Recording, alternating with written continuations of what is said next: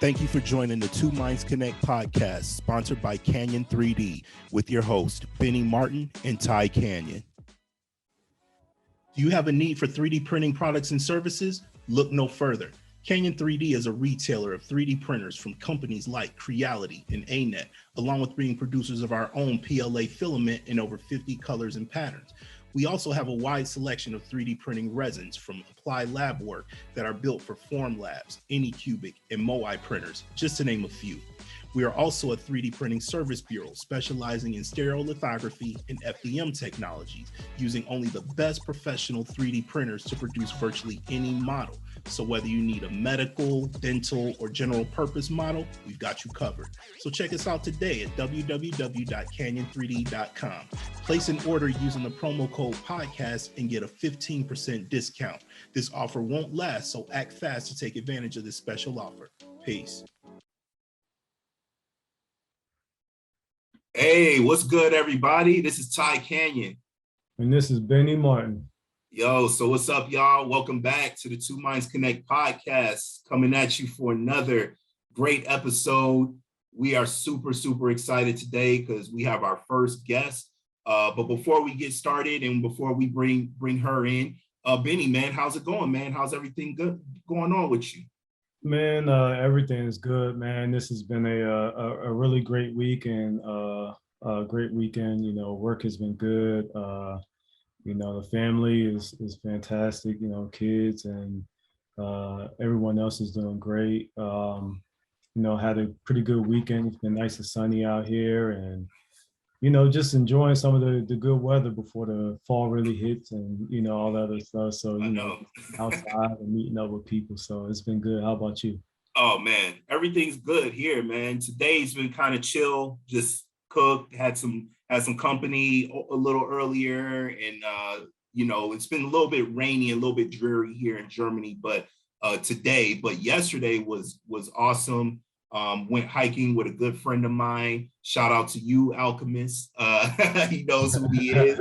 Yeah, we had a blast. We went out to Bad Ditzenbach.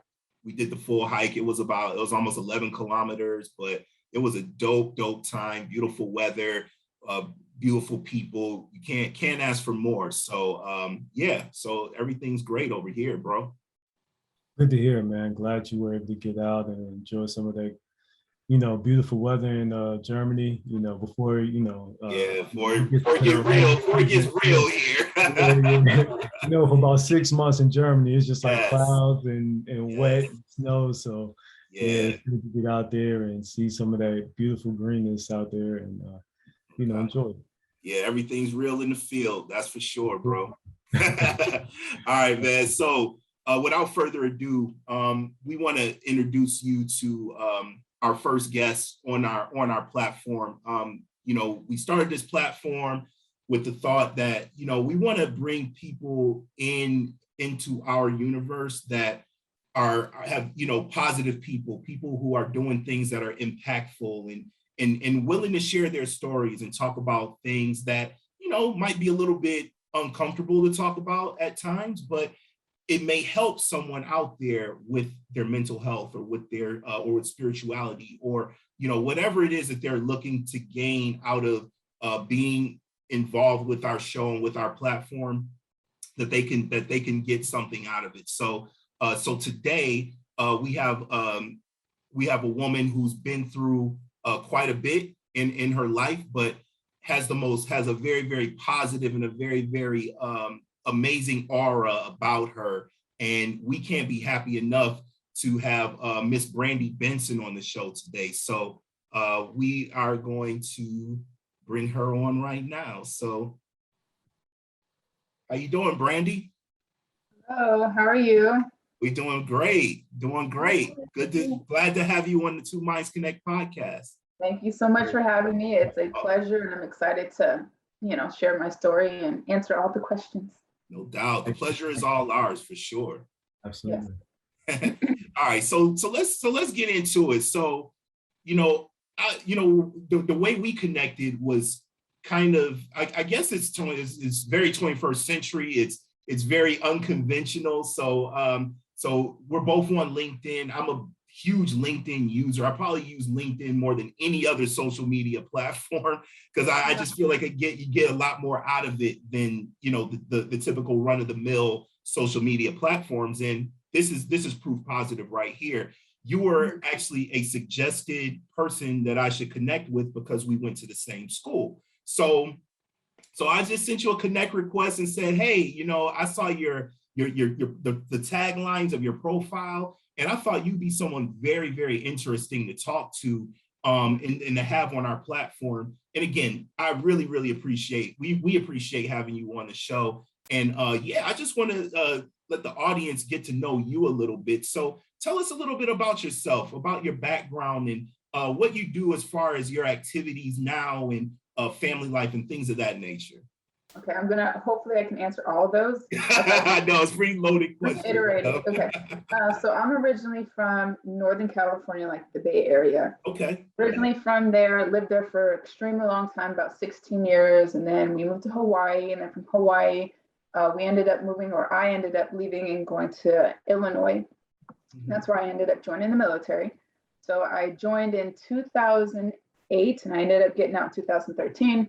But while I was there, with basic training, AIT, it's not very long training. I think it's like maybe 6 months of training or something like that. I don't know what the exact time frame is. Mm-hmm. But so you get your training, then you go to your regular duty station. So I go to my regular duty station and I'm there for like, I don't know, I think it was 1 month and 9 days. And I'm told that I'm going to be getting deployed to Iraq. And so I think that this is, I don't know. I don't know what I thought was going to be happening.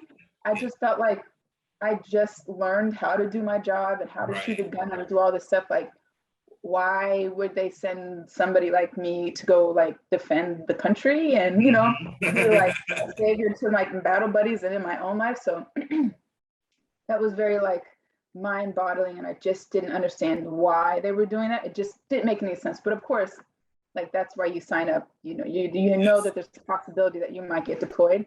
Mm-hmm. So I got deployed. And I was there for about 4 months, like the total time frame. And our tour was supposed to be, I think it was a year. But I ended up discovering this like really large lump on my leg. And it ended up being like this really rare aggressive cancer. And I went from country to country trying to figure out what this lump was. I finally figured it out. It's Ewing sarcoma.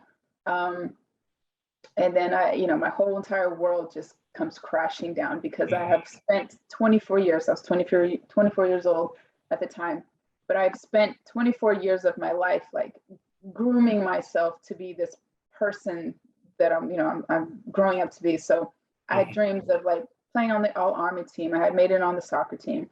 I played sports my entire life, and so my whole identity was like this super athletic person.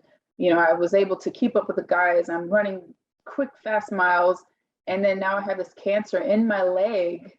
Didn't know you could get cancer in your leg. That just didn't know that was possible. And now everything that I've worked so hard for is gone. Like they're going to remove my muscle out of my leg. I'm not going to be able to play sports anymore. I can't do anything that's physical, before and now, because if someone would run into my leg, it would probably snap and break. There's no muscle over the bone. It's intense. I wish I could show you a picture. You guys would be very I would be intrigued by that. Yeah, I'll have to send it to you. It's from my surgery. It's really crazy. So just learning like all over again, like who I am, what am I good at, what am I able to do, what are my boundaries, what makes me happy, and just having to like reinvent myself at 24 years old when I've like lived this entire life thinking this is how my life was going to go. This is what I can expect, because you don't go to school or college or anything learning how to beat a terminal illness or think that you have to like reinvent yourself at some point in time. Like it was just really, really, really hard. So I went through depression. I was married to a guy who was not really, he was there, but he wasn't there. He was having an affair. And because he thought that I was going to die, because everybody did, he was planning on leaving me, right? So he had another lady in California, and I ended up finding all of this stuff out, but it was really hard. It was hard. It was a hard experience. Go ahead, Benny. I was just saying, I believe it. I can, being that young and experiencing everything that you experience, having a total life built around something. And Yes. you know, at that young age, you like, I'm like Superwoman or Superman, like nothing Yes. can hurt me. And then Exactly. something just it unexpectedly comes out of nowhere and just knocks you on your ass, basically. And just Right. says, like, well, you're not who you think you are. And Right. all these other things just kind of happen around it. And you're like, oh, like what's going on? So Mm-hmm. I can understand how that can be very, trying and testing, in your Terrible. years. Mhm. Yeah, and like I kept thinking to myself that I've had my leg for 24 years. These are like my good years. This is all I have. And now I will live probably another 24 years and more without this leg, so now I have to get like used to not having this and just remembering the past of like my good times. So I was like, this is messed up. I was just so Yeah. so Wow. mad. Yeah. Let's unpack that for a second. So the cancer, the type of cancer that you had, Ewing sarcoma, rare form of cancer. I actually did a little bit of research on it before the show. I went on cancer.gov, and I'm sure there's much better, resources than that. Like that one, the different hospitals, the Cleveland Clinic and, Sloan Kettering. I'm pretty sure that those hospitals have websites that have a little bit more information. But I saw that website, the cancer.gov site, and it didn't really talk about how adults can get it. It mainly only focused on the fact that young people, typically under the age of 15, get this type of cancer. So what was that like, getting this diagnosis and then finding out this cancer doesn't typically affect people of color, B, women, C, people over the age of 15. So talk about that, how that diagnosis came about. Yeah, so when I first got diagnosed, I was misdiagnosed with something called a nerve sheath tumor. And I was in Germany and I was there to get an MRI. And I remember, going through the whole process of doing the biopsy, getting the MRI, all of that. Mm. The doctor was telling me that it could be one or the other. Like they weren't really sure what it was until they got the biopsy. So he said, it looks like a nerve sheath tumor, but we're going to hope and pray that it's not Ewing sarcoma. And I'm like, what the hell is that? I don't even know if those things are, let alone like pronouncing the word Ewing. I didn't even know how to say the word right. Like I've never heard of this stuff. So I'm like writing it down and, making sure I have what he's talking about. So I go online and I look it up, and they're both really bad cancers. Ewing's is much worse. Usually people pass away, amputations, all of that. And so I was just hoping and praying that I had the nerve sheath tumor that the doctor was talking about. So I get the biopsy back and he tells me that it's a nerve sheath tumor. And I'm like, okay, cool. Like that's what I have. It's not the bad one. That's fine. Mm-hmm. So then they shipped me to Walter Reed Medical Center, which was located at the time in DC. And it's like the hospital that everybody goes to when you're, really bad stuff happening, all that stuff. So I get there and I go, I'm in the doctor's office and they're kind of running some labs and tests on me. And they tell me I have to do another biopsy. And by this time, so with cancer, as you know, cancer, it means like the cells are continuously replicating and making more, and they just won't stop. Right. So if you disturb cancer, it's going to do the same thing, just like on another grand like level. So the cancer in my leg had gotten so large that I couldn't extend my leg out anymore. I couldn't put pressure on it. So it was kind of like crooked a little bit, like yeah. I don't know how to explain. So it was, I could only put pressure on my toes. Sure. My feet were going numb. And I couldn't like walk at all. I was like hobbling around and it was getting so big. And a rock was in my leg. It was super hard. Like I could probably like chop up some food on my leg. It was wow.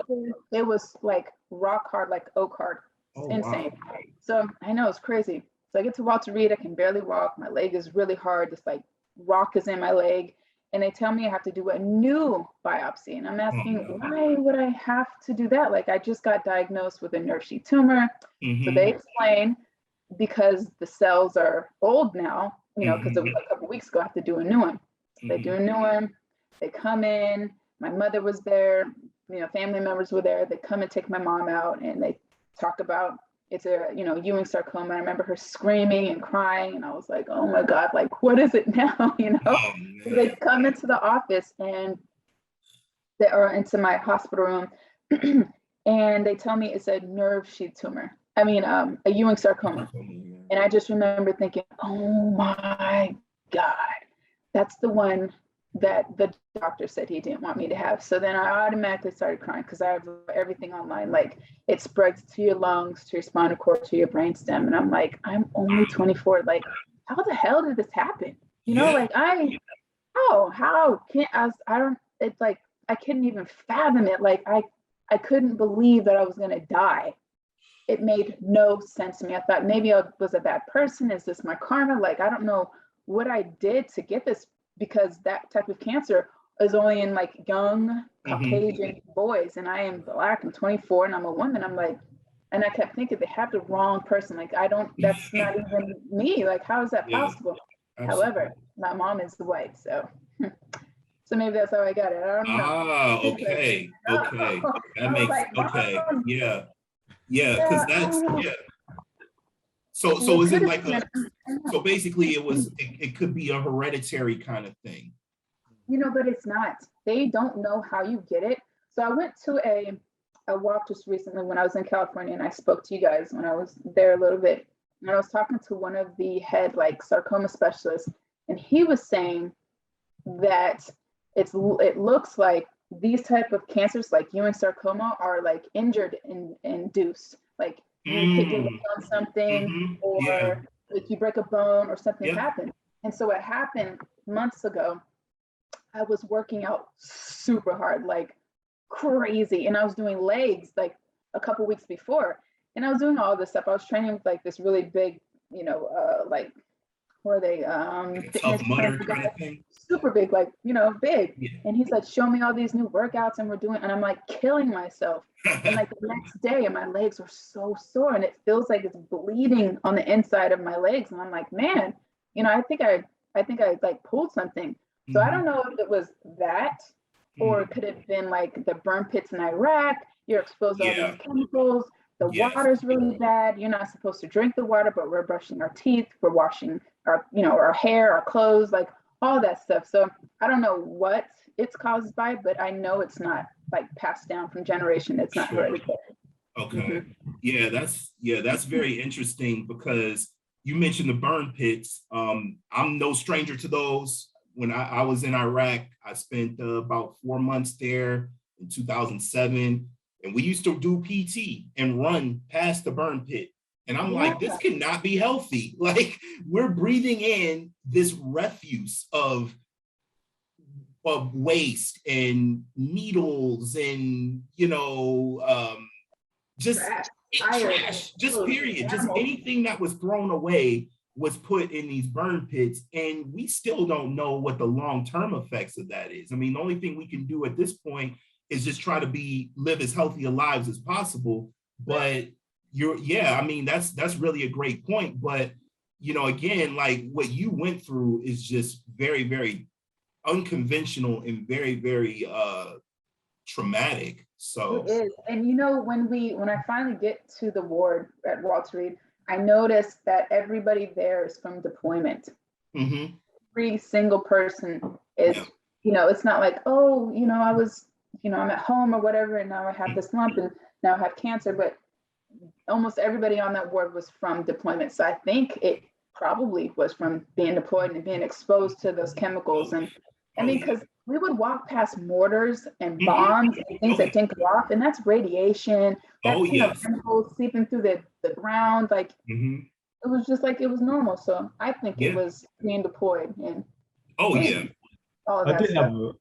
I did have a question in regards to that. I did read about Ewing sarcoma and did find out that it primarily affects the bones, the bones in the legs and also the groin. Like, those are the two areas that they usually start at. And when you look at like, because I'm an energy healer and I work with the mind and stuff like that. We usually start with healing in the mind first and look at the mental aspects and then the energetic aspects and how they manifest in the physical.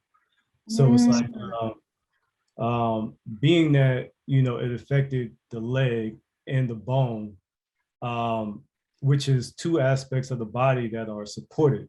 Like look at the bones, they support the body.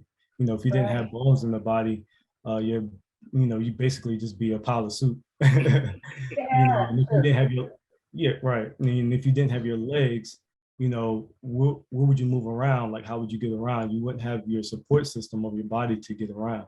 So it's like, when you see something manifest somewhere, you look at the mental and energetic aspects of it to say like, okay, this deals with the bones in the leg, which are my support system. So if there's something that may have happened in my life that might have dealt with support that I may have been lacking, that I might have felt, that might have manifested within myself. So do you think that there might have been some aspect of your life growing up? So cool. Yes. Okay. I totally agree with this. And I'm so happy we're like going towards this conversation. And I didn't know you did that. So that's so cool. And I want to talk to you after, because it will be like on a whole nother topic if I go on the other side. We can do a whole nother episode. I know, the whole different episode. Oh, I would love that. So I was like doing some research, or kind of like some research, on TikTok, you like looking at different stuff. And one of these guys was saying like certain parts of the body that get infected or something happens, like that automatically associates with that part of the chakra.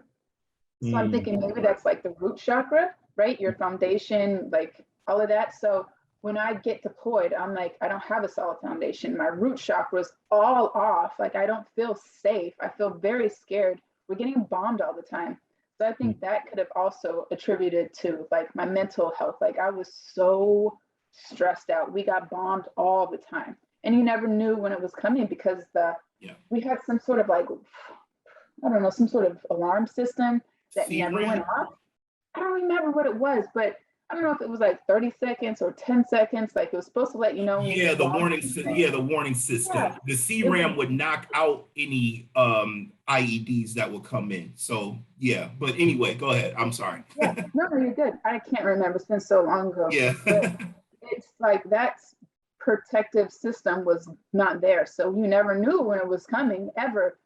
And to like be in the middle of a war zone, you're away from your family, this is your first time like away from, you're growing up, you're kind of doing your own thing. So I feel like that also was like another thing that kind of like induced it. So like, I do feel like that was part of it. I do.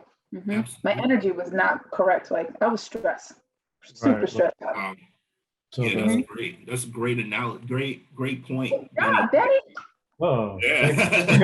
that's why he's the man, Hey, we all do our part here, so. No doubt. So yeah, so let's unpack that also, your support system. So what was your support system? What did it consist of? You mentioned before that you were married at the time, but there was a situation there that wasn't good. So what was your support system? What helped you to recover and to overcome from this situation that you were in with the cancer?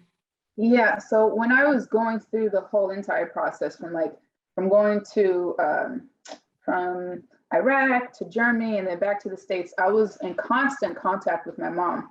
So when I got to Germany, I called her and I let her know what was going on, and I found this like lump in my leg, and I was like, I'm thinking nothing's wrong. Like, for some reason, I thought maybe I like tore the muscle off my leg. Like, that's all that would make sense. I'm like, maybe just balled up and, I was working out too hard. Who knows? So I was like telling her, giving that like sort of analogy. And she's like, that doesn't make any sense. And why would they be sending you different places? And like, what is it? Are you asking the right questions? And I'm like, I think I am, So I was in constant communication with her.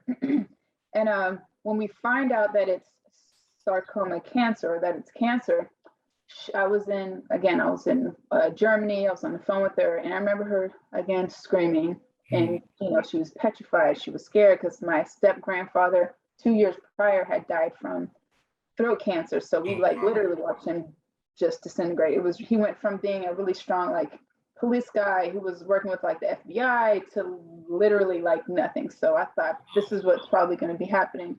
So that was my mother. She ended up quitting her job leaving everything. So she lived in Texas at the time. My sister was also deployed in Iraq. So my sister was in a place called, I think it was called Balad. Yeah, Balad. I was there. I've been, yeah. Oh yeah, I think she was in Balad. I believe that's what, right? That's like, you guys have like the pool and all that. Oh yeah, Popeyes, Subway, they had everything there. What? We got none of that stuff. It's crazy. We still got bombed though. That's the worst part. So my sister had a son. He was 2 years old at the time, so she's taking care of him while both of her kids are deployed. So she quits her job and she comes with me to live with me in my hospital room, which was super small at the time. And they were sleeping on the couch for like, I don't know, a couple of weeks. And they didn't know that like the military was going to give them a stipend and, housing and all that stuff. But she quit everything. So my entire support system was my mom. And then the guy I was married to at the time, he like played basketball. So we'd have all these different games, but he was just getting caught up in so much cheating, so much stuff. And the nurses would be like, are you sure you want to keep him on the lease? I mean on your will, like maybe that's not a good idea. Like they knew he was doing shady stuff. Maybe he was talking to one of the nurses. I have no clue what he was doing, but he was bad. Super, super, super, like the biggest cheater you could ever think of. And but she was there the entire time. She was my biggest support system. And when I wasn't able to feel strong, or I didn't feel like I had like the resiliency to, pick myself back up, she was always there to re-encourage me, to let me know that I was safe and that everything was going to be okay. Because when you think you're going to die, all you have left are your thoughts. And the doctors, they all thought I was going to pass away. They were having me update my will. For a while, it was like once a week. Then it went from once a week to like once a month. And then they stopped coming in. But they would come in with the chaplain. He'd have this really big cross and he'd like lay it on me all dramatic and praying over me. And, the nurses and the techs would come in. It's like, I was just like this science project because nobody had heard of Ewing sarcoma. They've never seen it, even till this day. I had reached out to that same doctor and those people over there. They haven't had a case since. What? Yeah, it's insane. Insane. But I feel like the reason why I was able to live and to make it, 12 plus years later is because of my mother. I had a really strong support system, and everybody else on the ward didn't. Everybody else on the ward ended up passing away. I was the only like original survivor. It was really scary to be talking to a friend one minute and the next day, all this commotion's going on and you find out this person passed away and died. It was just very, very hard mentally. But if you have somebody who can kind of distract you and pull you back into focus, it's a lot easier to keep pushing forward. Absolutely. That's definitely very amazing how you had these, two conflicting thoughts. One, you have two different ideas. Your mom who's trying to pull you up, and everyone else is telling you that you're going to pass away. And which one you fed into the most, or the one that you gravitated to the most that pulled you out of the situation, or was the deciding factor in whether you lived or didn't, and Exactly. Shout out to your mom for being there for you and, being that support system that you needed in the time that you needed the most. And pulled you out of one of the, darkest times of your life, man. It's a blessing to have people in your life like that to, make it through, Exactly. And she would always tell me, like, your mind is so powerful, Brandi. Like, you cannot think like that. And whenever I would think, bad thoughts or whatever, she'd be like, no, you can't think that. Let's replace it with something better. And so she'd make me talk to my body. And I would talk to my leg and I would tell my leg, you're going to stay here. Like, I'm not letting you go. Like, you're not leaving. And I ended up keeping my leg because they were going to have to cut it off. That's so powerful. They were going to cut my leg off. I know. It was just so crazy. It was so dramatic. Such a dramatic experience and very traumatizing. Oh, yeah. It was just it's so, even to think about it like years later, I'm just like, wow. Like, I can't believe I went through that. And of course, I have like the scars to remember, all of that, but it's just so surreal what the body can go through and then still be able to, perform and do what it needs to do for life. It's amazing. Our bodies are vessels of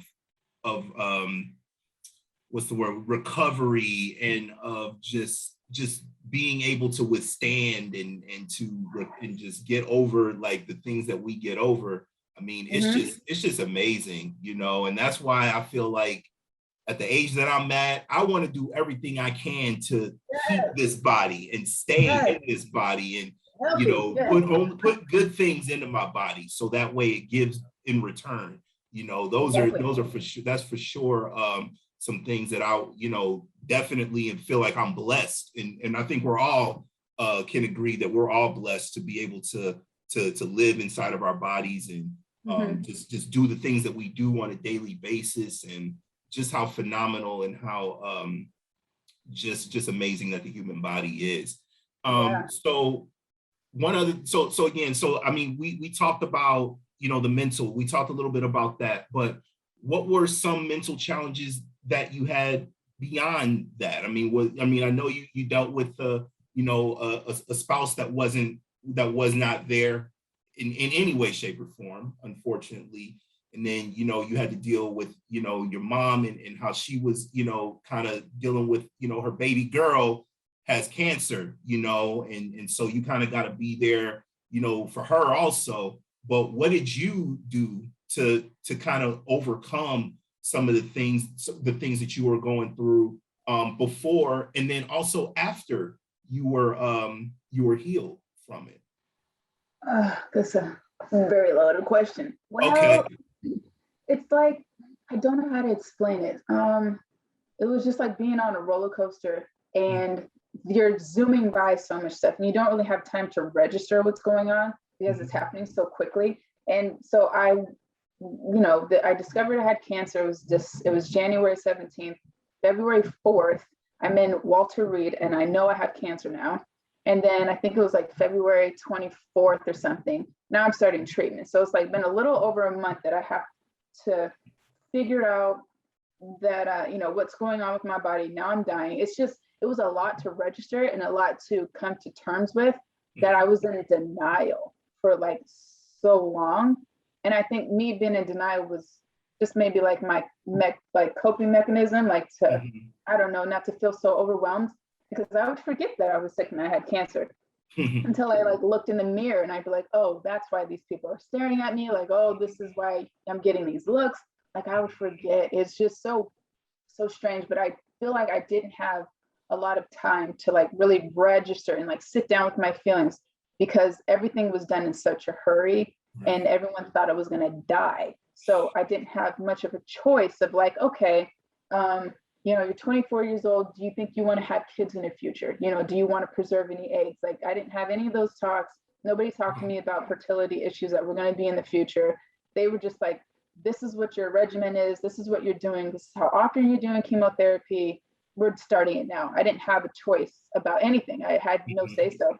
And when I tried to refuse treatment or like, kind of like prolong it a little bit, they told me basically I was the government's property and I had no choice. Wow. Yeah. So even if I didn't want to do it, I remember there was one point where I didn't have cancer. I was like cancer free. And I think it was like October timeframe, and I was beat down. I did chemotherapy. The total was 102 times in 10 months. I did chemo for 5 days, 8 days off, 5 days, 8 days off. And I did this all the way till November 11th. And when I walked in there, getting ready for the treatment, I had like a 6-pack. I was strong. I was sturdy. I was in shape. Like, I'm telling you, I was like rock solid muscle. And I had been working out like crazy. So I think also me being in such great health, like really helped me with this chemotherapy later down on the line. So by the time I was done, I was getting pushed in a wheelchair. I was hunched over. I had a really bad limp. I was so weak that I couldn't even sign myself out of the hospital because my penmanship was so illegible. Like you couldn't even read anything. I couldn't walk 5 steps without, being so out of breath. Like I ran 30,000 miles. Like I was dead. It was just crazy how your body, your body's able to endure all this stuff. But yeah, wow. I was able to make it. But again, I was in denial for a long time, a long time, even though, all that stuff was happening to me. But I think the biggest struggle with me was, how would anybody love me looking like this? Because I didn't look the same anymore. I have a huge portion missing out of my leg. Like, one leg is smaller, one leg is bigger. And I have this huge scar that's 28 inches long on my leg. And I'm thinking, nobody wants to be with me. Like, I'm all broken and disgusted and disabled now. Like, and that was the hardest part. And so I dealt with that guy for a long time, because I thought nobody would ever want to be with me because of, the way I looked. Super superficial, of course. But at the time I was just thinking that, I don't know how I'm going to even find anybody like this. I feel ugly. I feel terrible. And I felt so depressed for a very long time. And then one day I just kind of got out of it. And I was like, my body went through so much. Like, why am I doing this to myself? Why am I living in the past? Why am I ashamed of what I went through? If people have questions, they can ask me. And so it just took a really long time, even like wear a bathing suit or be comfortable wearing shorts or wearing like really tight jeans. Like, I was so insecure because I didn't want to look different. I felt so ugly and so bad. And it just took a long time. And this is just recent, like all this healing just like recently started happening. So we'll say like in the last 2 years, like I was like, screw it. Like, I'm not hiding anymore. Like, I can't wear what I want to wear. I don't feel comfortable. I'm like, I don't know why. And then like the stuff I'm like saying on Instagram, like, be proud of your body. I'm like, I need to do that. So it just took a long time. Of course. To really come to terms with, this is me now, and that old person is dead and gone. That old Brandi that I thought, because I kept saying, God, when this is finally over, chemotherapy is done, I just can't wait to get to my old life. There is no old life. That old life, that person is gone. Like, I went through trauma. I almost died. I've watched my friends die. I look different, so this is the new person. I had to accept that, which was hard. Absolutely. I couldn't even imagine going through that. Yeah, again, I think this is awesome that you're sharing this, because people are going to hear this, and people are going to be going through these things, and they're going to be thinking the same thing that you're thinking. I'm young, I'm attractive, I have all this going for me, and now it's been taken away from me. Now that it's been taken away from me, I can, I may have a second lease on life, as that's basically what happened in this situation, because they pretty much, the diagnosis wasn't good, the prognosis was not good, but you were able to recover. But still, even after you recovered, you still had these thoughts, and you still had these insecurities about yourself that a lot of people would probably not even want to deal with. They may just say, I'm good, like, I'm done, but you said, nope, forget this. I'm going to just live my life. I'm going to take this opportunity to talk about this and to spread the word about this and help people. And that, to me, is just beyond commendable. It's something that, as human beings, as people, like with me, myself and Benny, we try to do that with our show. But you've actually been through some things that are very, very traumatic, and things that I think will touch a lot of people. So again, I really appreciate you talking about that. Now, still on the mental health thing. So what I actually wanted to ask you and get some clarification on was, did you stay in the military after you recovered? Okay, so and how long did you stay in? 3 more years. So I had the option to get out, but I thought that I would be able to stay in. I'm like, I could do it. I don't know what I was thinking, but it ended up not being a good idea, because it ended up being like a liability. I can't run, I can't jump, I can't do anything. And then I got attached to a unit that was deploying again. I was like, you gotta be kidding me. Like, I cannot do this again. And I'm thinking, oh my God, okay. I'm like, okay, so if I get deployed again and like I go to another bad place and this time it's like really bad and I have to like do some firefighting, I can't run. I can't get up. I need help getting off the ground. Like it's just, I don't think, and then like the weight of the rucks and the marching all day and all this, I'm like, I think I would get myself and somebody killed. So I was like, I probably need to get out. So I had to get out. Yeah. And so again, I mean, just being a veteran, I mean, myself, Benny, we're both veterans as well. We all know the mental health implications it comes with being in the service. And, you know, we get a lot of props for it, but we do deal with a lot, you know, from a mental perspective. I think, you know, for somebody like me, I was in the Air Force. So, you know, I think it's more mental that you deal with than the physical, you know, someone that's in the Army or the Marines or something like that. But can you talk about that a little bit? Like, what were some of the mental health things that you dealt with when you were in the military? And it could be positive or negative. I dealt with like depression for a while and dealt with definitely like PTSD and anxiety. And I didn't know that you could get PTSD from, you know, diseases and like other stuff. I thought it was only from war. So when I would talk to these doctors and I'd explain this and like, oh, you have PTSD. I'm like, I don't know. I didn't, you know, I don't know if that's the right thing, but you can. Anything that's traumatic to you and you experience it, that's, you know, that can be classified as that. So I have had and have PTSD. My anxiety went crazy through the roof. And there's this thing called scan anxiety. It's like a thing for people with cancer. And you're always like super scared of like getting, you know, the cancer coming back, and you're going through your treatment and your scans that you're going to be getting. Like, it's definitely made me more aware of like my surroundings, the people I'm around, what I'm eating, consuming, drinking, like all of that, like very aware, hyper aware of what I'm putting into my body and like what I'm like giving my attention to. Because I feel like with cancer, it's such a like multifaceted like disease. Like you can get it hereditary, it could be from the environment, it could be from like, you know, like mental health or whatever the issues are. So I try to like mitigate all these things and try to fix it. But I also do like obsess over it might coming back and returning. So I feel like it's, you know, both good and bad. Like I'm very health conscious. That's really great. It's also made me super motivated. Right. Because I know that time is ticking and at any moment something could happen. So I ended up like opening up a business. I wrote a book. I went and got my master's degree.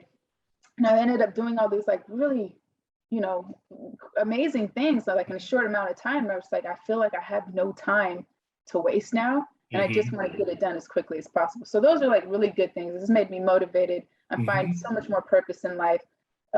Like I feel less, like I'm not tripping over the small things. Like, I don't know, like, do my shoes match this outfit? Like I care less. Like I'm not like materialistic at all. I just want to be happy and like learn about like energy and how important that is and speaking purpose into things. But then on the other note, like I have, you know, the downsides of it, of being depressed, you know, what I like and what I look like and, you know, stuff like that. But, you know, it's just a learning process and kind of just trying to go with it, just accept it. I've learned that with life, with me at least, and all the things I've learned and what I've been through, it's easier to co-create with what you are given instead of trying to create your own path. So I feel like when you are going against the grain, it's just so much harder to get things accomplished. But if you're like co-creating with what the universe or God or whatever you believe in is like giving you and what you've learned and like learned to work with that, things are so much easier. It's like seamless. It's so much easier. So I've learned to kind of just whatever God, universe, energy is like placing in front of me, like what can I learn from that? How can I make that work for me in the future or like now? And it's been like amazing. Like I've experienced some really crazy cool stuff because I'm so open to it and not like closed off and upset that it's not going from like A, B, C, D, whatever. It's going to like A, Z, J, K, and it might come back to B, you know? So it's like, I'm just going with the flow, and it's been a really interesting, fun experience. So amazing. Yeah. One of my favorite, just to kind of piggyback what you just saying about, co-creating with the, what's in front of you and what's been dealt to you.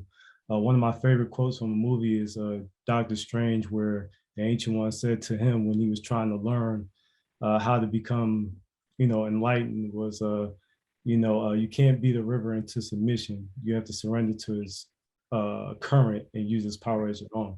So it's like, don't fight force with force, go with the flow. Yeah. And Yes. learn to use the power as you're moving with it instead of fighting against it. Yes. So I just wanted to share that. That's great. So true.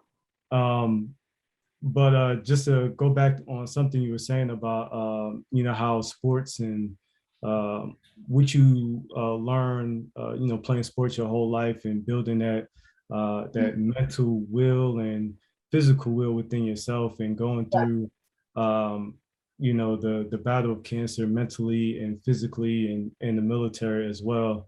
Do you think that allowed you to have some sort of,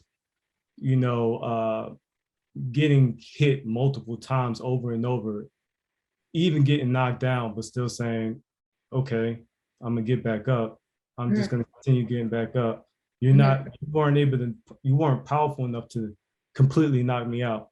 So eventually it's like kind of like you can hit me as many times as you want and I'm still not gone. So eventually your body's just like, okay, well, you've done enough. So I'm gonna get up and I'm gonna start doing what I'm doing. So do you feel like that? I do. I feel like sports definitely put like a competitive edge in my life, just in general.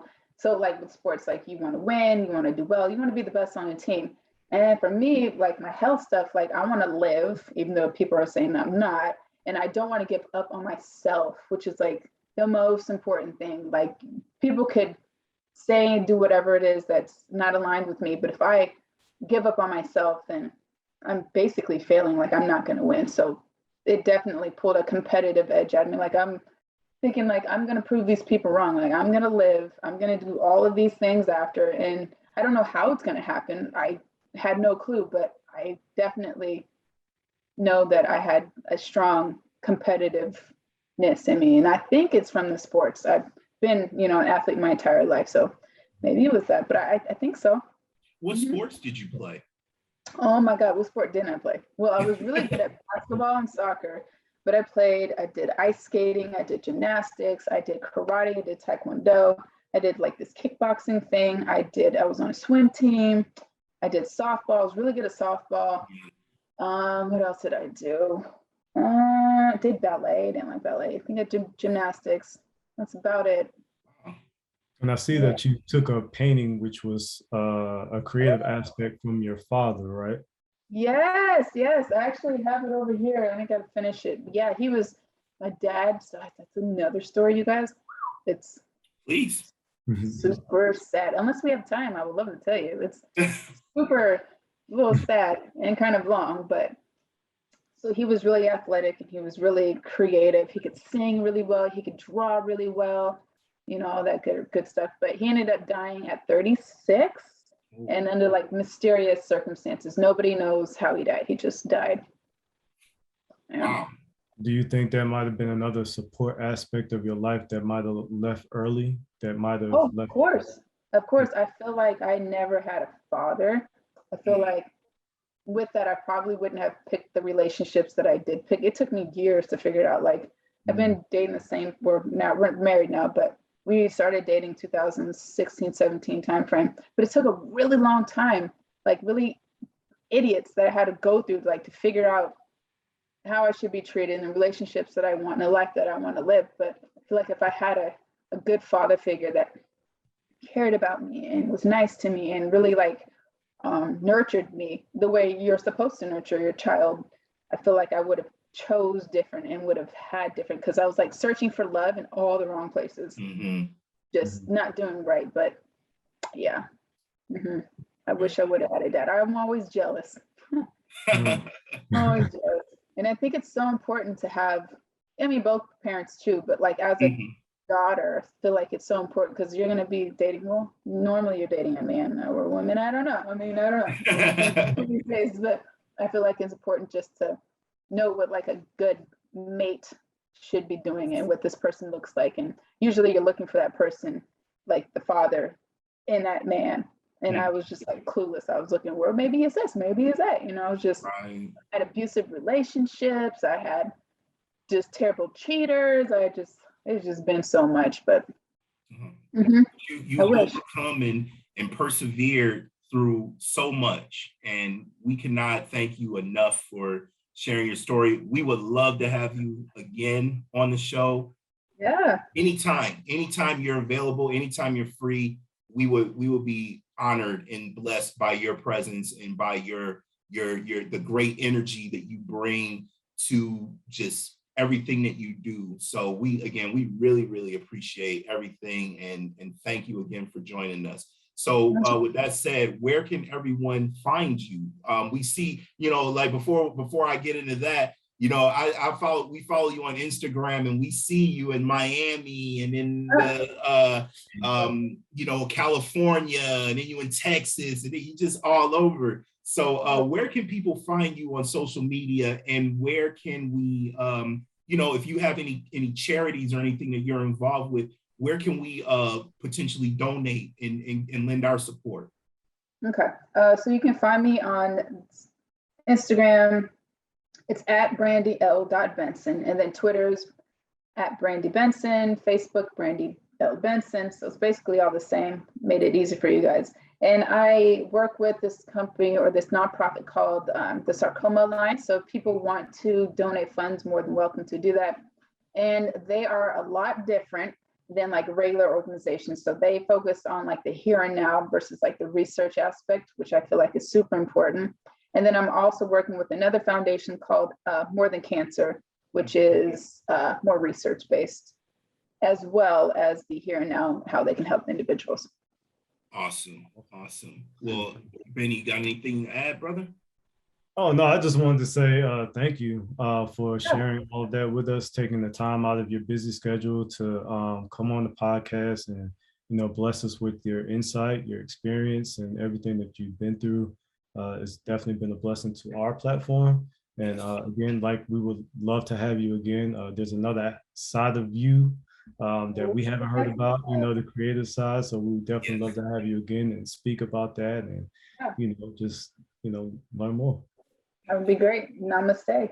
Namaste. All right, y'all. So just some housekeeping items. Thanks to our sponsor, Canion 3D Incorporated.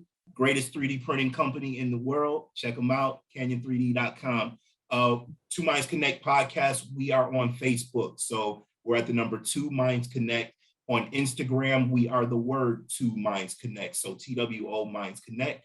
You can also find us on LinkedIn. I know we mentioned LinkedIn before, but you can find us on LinkedIn. Just type in our names, Tyrone, Canion, and Benny Martin. You can find us, you can connect with us there and chop it up with us there. Benny, tremendous show, brother. I'm so blessed and so happy to have both of you, my brother Benny and our great sister Brandi, who came to share her experiences with us. I just want to thank you guys again for a tremendous show, and I'm looking forward to the next one. Same here, man. This is a very, very powerful creative space to change the world and other people's lives. So I thank you as well, brother, for doing this with me and creating this platform. And Brandi, thank you so much for blessing us again. It's been very, very lovely and important. Thank you. All right, y'all. So from us at the Two Minds Connect podcast, this is Ty Canion. And this is Benny Martin. All right, y'all. We're gonna say peace for now, and we'll see y'all next time. Peace. Bye.